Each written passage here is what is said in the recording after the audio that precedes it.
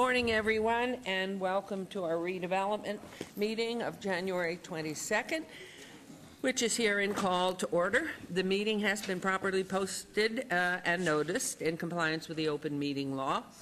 These proceedings are being video recorded as well as presented live on KCLV Cable Channel 2 and are closed captioned for hearing impaired viewers. Please note some customers of Cox Communication who do not have a cable box may view this meeting on digital channel 89.5.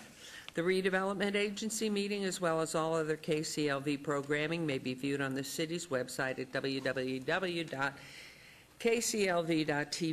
The proceedings will be rebroadcast on KCLV Channel 2 and the web, the Wednesday of the meeting at 8 p.m., also on Friday at 4 a.m., Saturday at 7 p.m., Sunday at 7 a.m., and the following Monday at 1 p.m.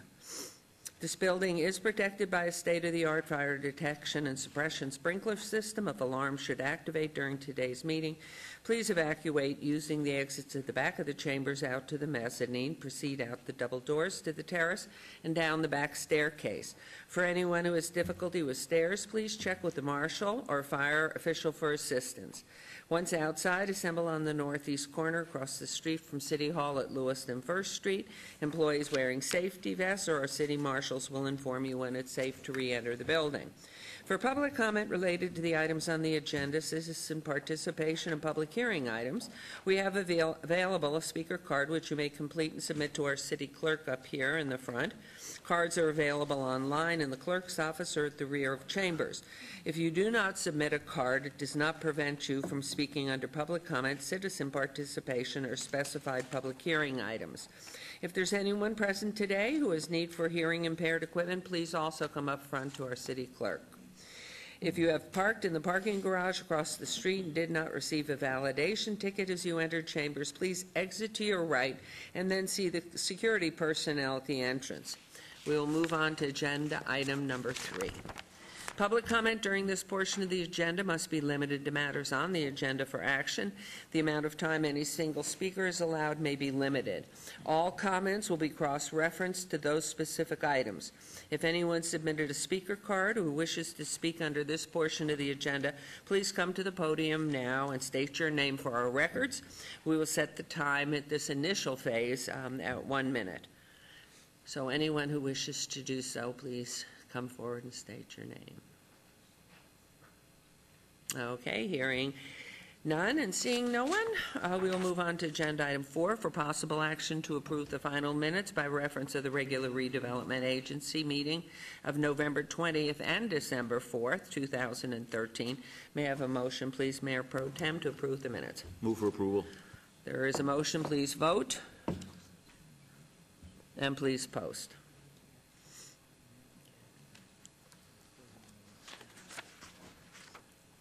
You have to vote. Oh, you got it. Are you having trouble down there? I think I've got my computer caught up, but if you could have a clerk mark. We're going to throw that one out. Thank you. Councilwoman, is yours working? Did you vote? It's not. It's not registering for council. Okay. Did you get everybody?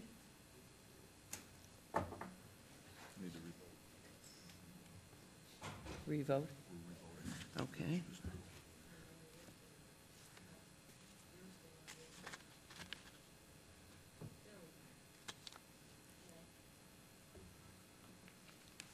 And please post. Thank you. The motion carries. We will now move on to agenda item 5, discussion for possible action regarding, thank you very much, the City of Las Vegas Redevelopment Agency component unit. That's something new. Comprehensive annual financial report. It's not something new. CAFR for fiscal year ending June 30th, 2013. Ms. Appleyard. Good morning. Good morning. Vanetta Appleyard, Acting Finance Director. We are, as you know, we are required to report to you our CAFR in accordance with NRS 354.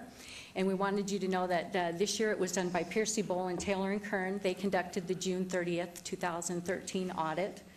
And the audit was conducted in generally accepted accounting principles and government auditing standards, and we received an unqualified opinion, which indicates that our financial statements were presented all of our financial information fairly in all material respects. One of the things we wanted to do with this is to highlight a few things, just a short presentation. This slide shows the major component of the RDA tax increment revenue. You can see that 2010 was our high year, and at 2011 we're at 13 million. We can see from 12 to 13 it's a very small decrease, 1.4, so we feel like we're stabilizing a little bit on the revenue side. This slide shows where we are with our RDA fund balance. You can see that we've had an increase of about 3 million. So we're doing a little bit better. That was, as you might recall, at the end of last year when we were preparing for the FY14 budget, we had contributions from the city to help with the seed money for the new RDA, as well as to do some additional small business and the VIP programs. So that's expressed in that fund balance as we prepare for FY14. The net position is really the function of you take your total assets minus your total liabilities, and you can see that we've shown some improvement between FY12 and FY13. Again, basically that's a function of that infusion of cash to help us as we prepare for the FY14 budget. We do have Tom Donahue. He was the audit engagement partner in the audience with Piercy, Bowl, Taylor, and Kern. So if you have any questions, we're available to answer any. Thank you. Would you be good enough to come up so we can thank you in person, please? And express our thanks to Richard Bowler and the whole firm. And if you just, again, repeat your name and your role here, please. Hi, good morning. Thomas Donahue with Piercy, Bowler, Taylor, and Kern. I'm the engagement partner on the RDA audit. Great, thank you. Any questions, please, Council? Councilman Beers. No, I read quite a bit on this in the last 2 days. I have no questions, Your Honor. Wonderful. That's blessings for us all. Anyone else with questions, comments? Truly, and please thank the entire firm. We appreciate your work in this regard. Thank you very much. Do we need a motion on that, please? I'll make a motion to accept the report. Thank you very much. There's a motion. Please vote. And please post.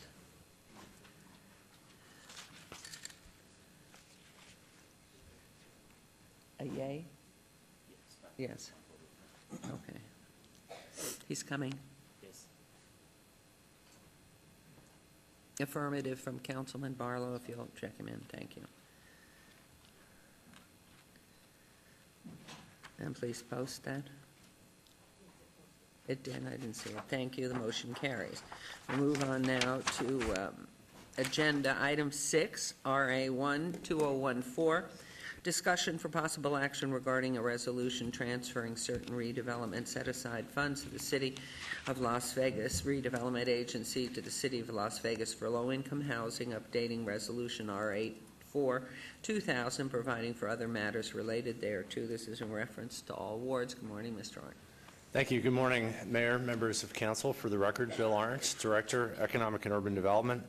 This item is a legal item to enable the Redevelopment Agency to transfer funds on an annual basis to the City of Las Vegas and Parks, Recreation, and Neighborhood Services in order to manage projects using the low-income housing set-aside funds.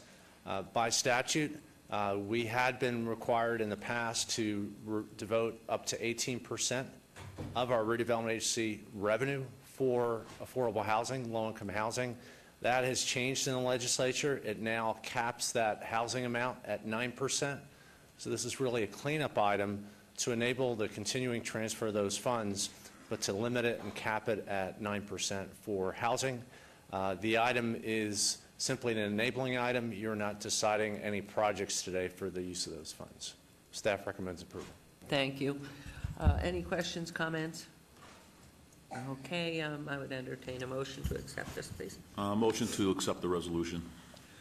Thank you. This motion, please vote, and then please post.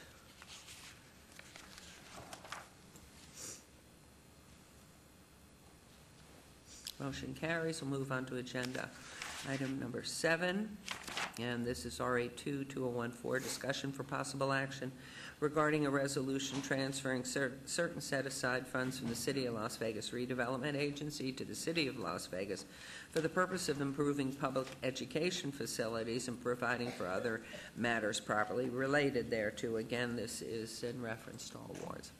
Thank you, Mayor.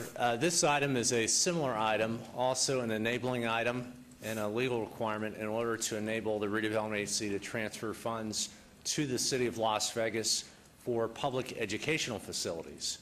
As I had mentioned on the prior item, the statute now requires us to spend a portion of our redevelopment agency tax revenue not only for low-income housing, but also for public educational facilities. And the law caps that expenditure annually at 9% or half of that set-aside fund amount. So this item allows the transfer on an annual basis. On a continuing basis, this item does not specify what projects will be done using those funds, but simply gives authority to the agency to transfer funds. Staff recommends approval. If I might ask 2 questions. One, is there a cap on this? There is a cap. It's tied to our revenue, and it's capped at 9% of our tax increment revenue. So that annually will fluctuate over time. Today it's a little over $1 million, but it's specified specifically with how much revenue we take in. So we get revenue from the county treasurer on a quarterly basis, and we essentially take 9% off the top, the first 9 cents of every dollar, and set aside it in a separate account for the educational facilities. And the facilities now, because you're moving it to the city from the redevelopment area, it could be in any of the wards used? No, that's a good question. Thank you for that clarification. The law actually prescribes that we have to spend the money within our redevelopment area or within a radius, a small radius around the redevelopment areas. It includes both of our project areas, so redevelopment area 1, our older area, as well as redevelopment area 2, which is the newer area in Ward 1 with Charleston, Sahara, and North Decatur. So essentially, we have to spend it in or in close proximity to the redevelopment areas. And does the city have the authority over the Clark County School District as to where it's spent and how it's spent? I'm sure it's a partnership, so I don't want to bespeak anything that would be taken incorrectly. But who has the authority where this money is going? That's essentially correct, Mayor. The money comes into us and it gets allocated by us. It does have to be used for public educational facilities. So, for example, we can't use it for a 100% private facility. So presumably we'd work in partnership with the school district. At the end of each fiscal year, we're accountable to the state and reporting to taxation. How did we spend the money? How did we account for the money? So ultimately we're accountable, and you and the council will have input on projects that are undertaken with the funds. And I'm sorry to belabor this, but all this is coming to mind. How about University Board of Regents, umbrella authority, secondary, post-secondary education facilities that happen to be in Councilwoman Tarkanian's ward, the community college? Could it be used there? That's something we could look at. It does specify public educational facilities, so certainly a public university would, we believe, would fit the definition of the law. That's something we could certainly have a conversation. We have had a lot of dialogue with the Clark County School District, so I know they have interest in using the funds. There's also a provision that just passed the last legislative session, which related to using the funds for improving existing facilities. And I think the idea, the legislative intent, it's my understanding the legislative intent was to not supplant funds that the school district or other public bodies might have for new construction. So that is one parameter we'd have to work in, but certainly improving existing facilities could pertain to both K through 12 as well as higher ed. Well, what I see there, too, is a hand-holding in a partnership with the medical district that we're concentrating on developing or enhancing. That community college has a lot of medically focused areas that also complement this, and they're also educational facilities. So I'm wondering if you could just get back to us with any of the restrictions that are on there that would preclude investment in higher education facilities. I think that would really be helpful for the redevelopment area. Absolutely, we'd be glad to. Okay, I'm sorry I took up so much time. I was just going to say, when you say supplant, if they don't have the money to do it, how could you be supplanting it? My understanding, the concern was there are funds that are appropriated annually for construction. It's the budget statewide for education. It's a big budget, so that obviously changes with each budget that's appropriated by the state. But the language in the law, where we ended up with, it's very clear. It says improving existing. So, for instance, if you had Improving existing facilities? Existing public educational facilities. Oh, facilities. It says Facilities. So if there's a campus that had existing buildings and you were expanding it, that's something we'd have to check with our legal team, but that certainly could be one way we could construe it. But right now, what we've done, as I understand, is we work closely with the Clark County School District, and they've made recommendations pertaining to some of the schools that are near these RDA areas. And they've sort of tiered them 1, 2, 3, 4. That's correct. That's the other thing, because as I understand, Variety School is one of them, right? We have had, Councilwoman, we have had discussions with the Clark County School District. They have a rank order of priorities. I know there's some projects in your ward. There's some projects in Ward 5. Right, right. That's always subject to change until we get back to you and the board to follow through with the recommendation. But they do have a list of priorities for funding. Okay, I'm only asking this because I was in a meeting yesterday where it sounded more as if the recommendations they had made as far as priorities were a set thing, but what you're saying is it's still flexible. Well, they did come up with a list of funding recommendations, but again, if that were to change from the school district or their board, I don't want to lock us in and preclude us from looking at other investments such as the ones that the mayor referenced. Right, right. As I understood, is Variety in your ward, Mr. Barlow? Yes, it is. And they're making a move, and that they needed help with the move, and then there were schools, Wasden and Rexbell, that Correct. were in great need also. I was just interested from what I had heard yesterday. Thank you very much. Thank you. Any other comments, questions? Okay, I entertain a motion to accept. Make a motion to approve the resolution. Motion, please vote, and please post. Madam Mayor? Yes. Just then, you will send to us the information that tells us if we can move into the other things that the mayor has mentioned. Yes, absolutely. I'll send it this week, and then we could have discussions as appropriate. Okay, thank you. Okay. Mayor, with your permission, Yes, please. Bev, would you count me as a yes, please, on that vote? Thank you, Mayor. And thank you. If you'll post that, please. It was posted, and we count Councilman Ross in. Thank you very much.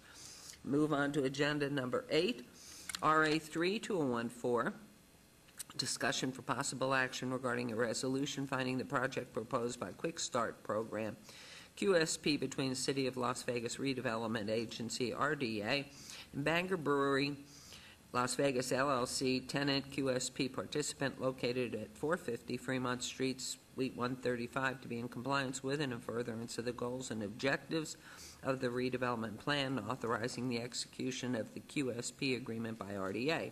This is in Ward 5 of Councilman Barlow, and this item is related later to the council item 45, R1-2014.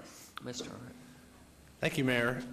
This item is part of our Quick Start program, and I'm delighted to be joined by Nick Fischella, who's a proprietor owner of Bangor Brewing. The business is locating at Neonopolis, and they've located in a vacant storefront, which is a portion of Jillian's next to the Heart Attack Grill. There's a slideshow that's running that you can see some of the photos of what the facility looks like after the investment from Bangor Brewing, and I'd like to thank Nick and his team for their investment. The business is creating 12 full-time equivalent jobs, and the project involved a lot of work on the interior of the property, including mechanical, electrical, plumbing, fire sprinkler upgrade, structural improvements, sewer connection fees, and related plan and permit fees. The business has invested approximately $231,000 and therefore is eligible for a $50,000 grant through the Quick Start program. We're recommending approval.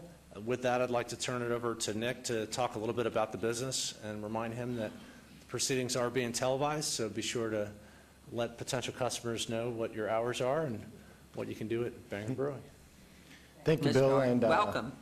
thank you, Council, and thank you, Mayor Goodman, as well. We do appreciate the help throughout our entire process, throughout our special use permit.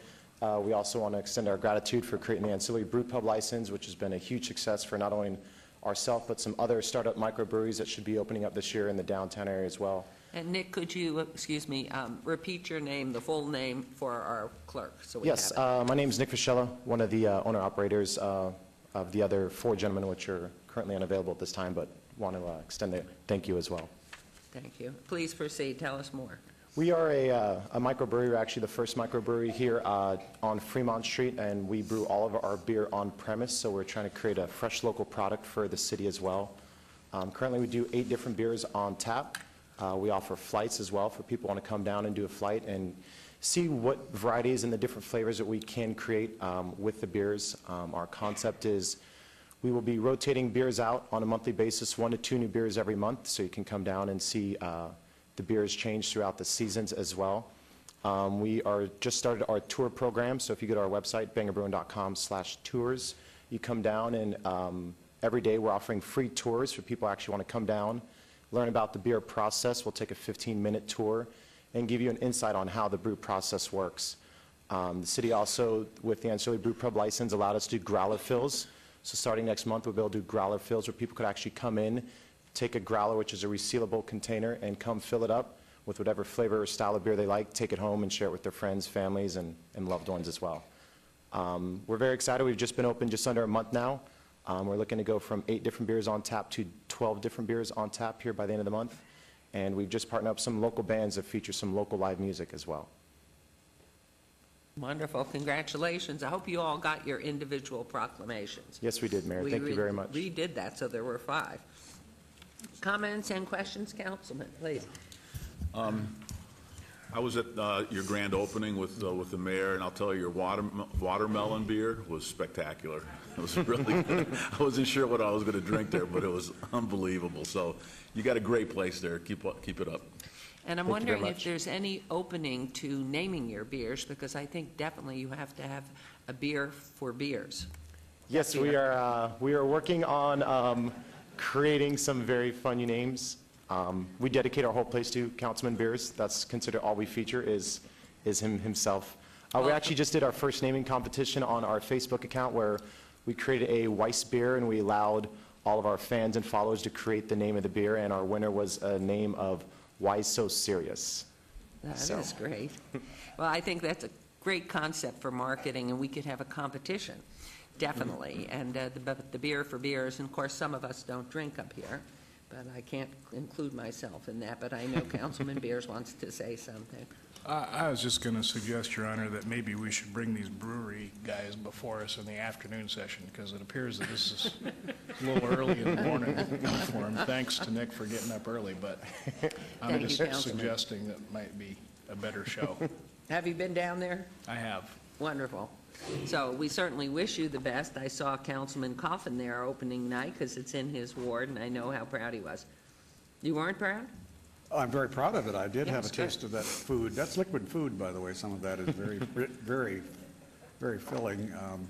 A stout I think I tried, which would put Guinness to shame. So, 1 per night is about the max for me on that stuff. But no, I'm very proud that we're having it in the downtown. But it happens to be in the ward, represented by the very proud Councilman Barlow.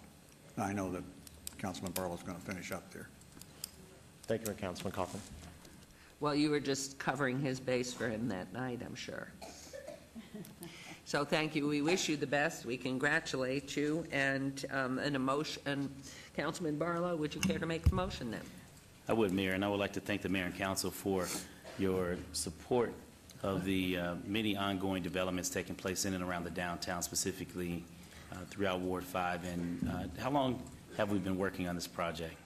You know, since we first met with you, council, and with the city as well, we're going on about 2 years from when we actually originally had started this. Right. You know, of course, we did start this in the garage, and to go from brewing beer in the garage to brewing beer on Fremont Street has been an incredible journey, and 2 years later, we're finally here, so Thank God you. for Prohibition, Yes. because I believe that some of the bootleggers used to also stir up some good stuff in the garage. You're too young for that.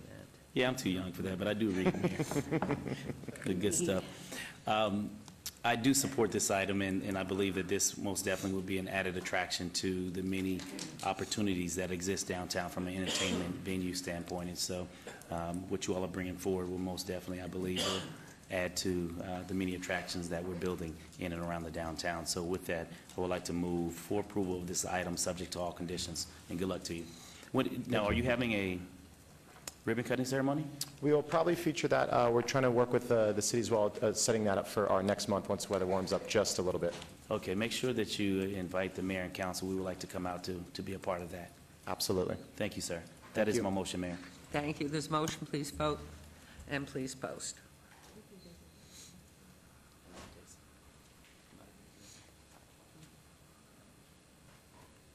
Motion carries. Best of everything, we're really excited. And for those who don't drink alcoholic beverages, could you have sort of a side runner that's called, it could be called the Barlow? That's a good point, Mayor. I would like to rescind my motion. Oh, no. Councilman Coffin, please. Your Honor, thank you. On this subject, don't worry, Nick. I think people that watch the redevelopment agency or hear about these matching grants, which are, really helping downtown, don't realize this money comes from tax money generated in the downtown area by the local business owners, who then are essentially kicking in for new businesses to come in. It's not coming out of our general fund. It is not something that might be best used, in somebody's opinion, for something else. It is to be used for the development of the specific area where the taxes are generated. So I think people should remember that because they may think it's being some sort of gift of some kind. So thank you. Thank you very much. Thank you. Okay, agenda item number 9, discussion for possible action regarding the Second Amendment to Disposition Development Agreement, DDA, between the City of Las Vegas Redevelopment Agency and Las Vegas ICE LLC to modify the preliminary site plan, scope of development, and schedule of performance regarding the real property generally located southeast corner of Clark and Las Vegas Boulevard redevelopment area, Ward 3, Councilman Coffin. Mr. Arndt, please. Thank you, Mayor.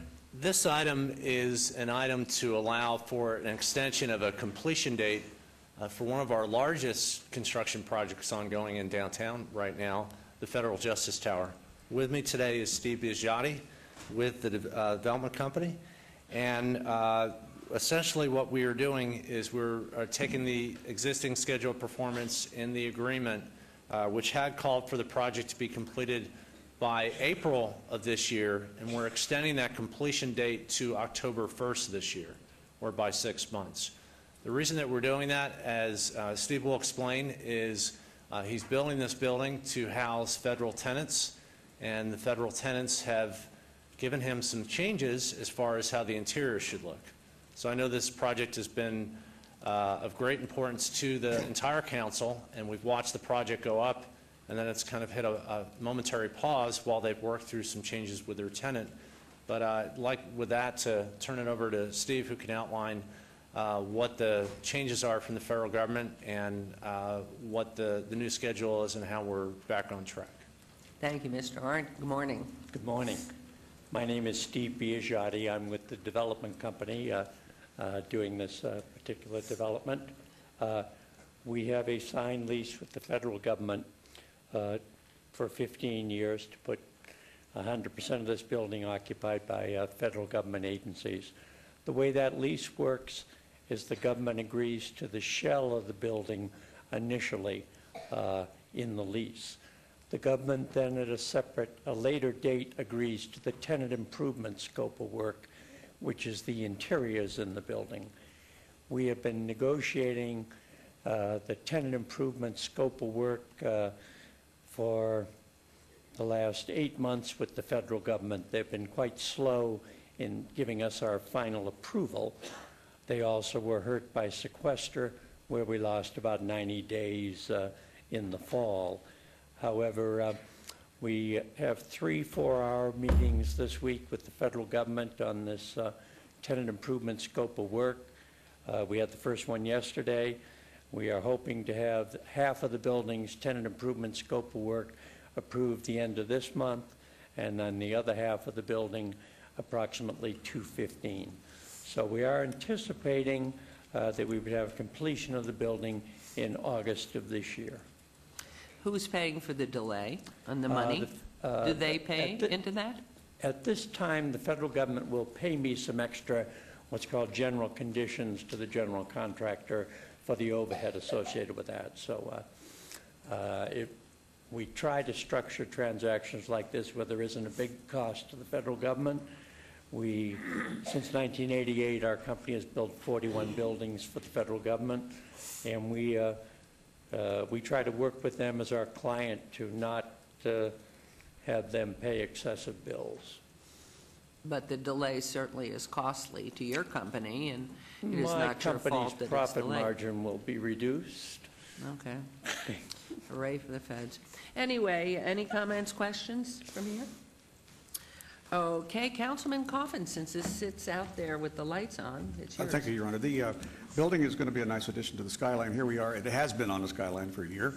We topped it about a year ago. Your Honor, Mayor, we signed some steel beams, put our secret messages in there for the posterity of the future community, and yet it's still in there exposed. So I don't know. We want our secrets covered up rather quick. So get those interiors done. It's not your fault, I understand. And the government agencies are very sensitive agencies, want everything just exactly right for themselves. So I understand what's happened here. Anyway, Your Honor, I now move for approval of item 9.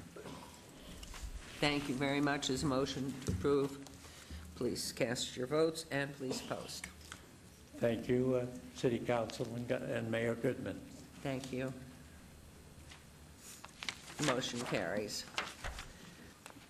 Okay, we'll move on to agenda item 10. Citizen participation, public comment during this portion of the agenda must be limited to matters within the jurisdiction of the redevelopment agency. No subject may be acted upon by the redevelopment agency unless that subject is on the agenda and is scheduled for action. If you wish to be heard, please come to the podium, give your name for the record.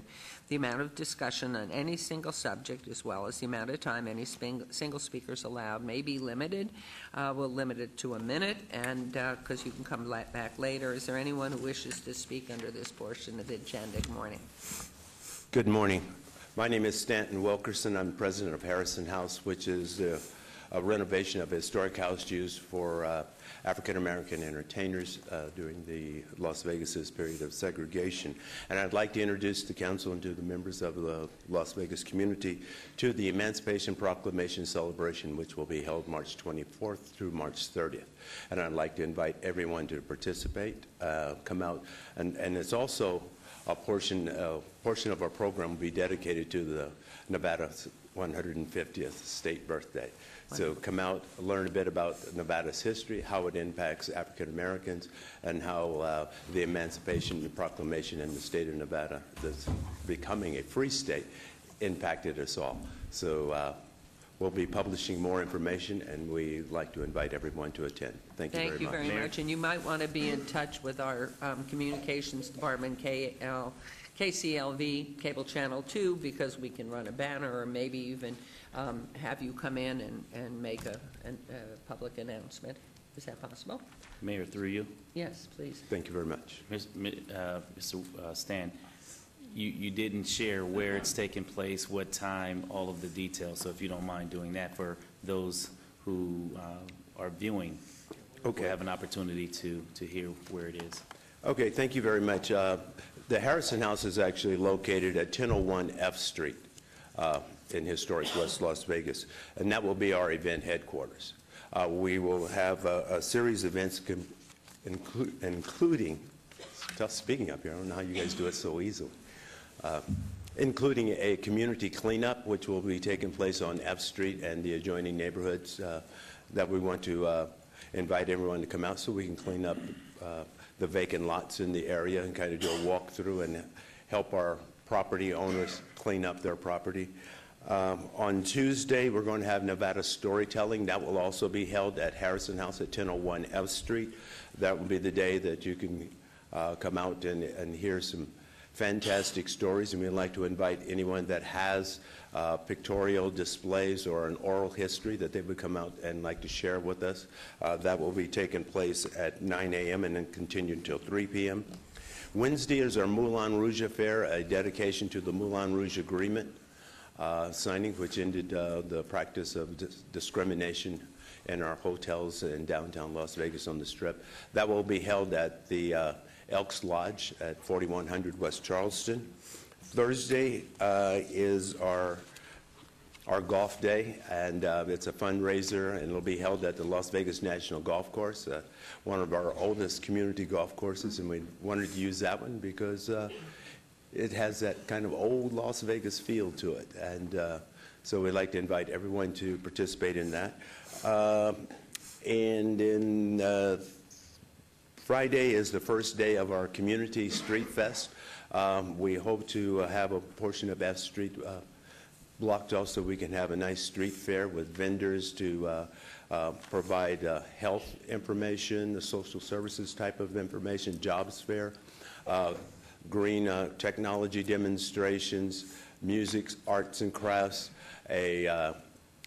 which leads us into the Saturday, which is the full day of the street fair, which will have a barbecue rib cook-off, dominoes tournament, food, fun, and games, happiness, and good times for the entire family. Sunday, we're going to have a gospel festival there at a stage that we'll be preparing at 1001 F Street. And we'll publish all the information and get it on the community billboard and get it out to the public, but we wanted to take this time to announce it today.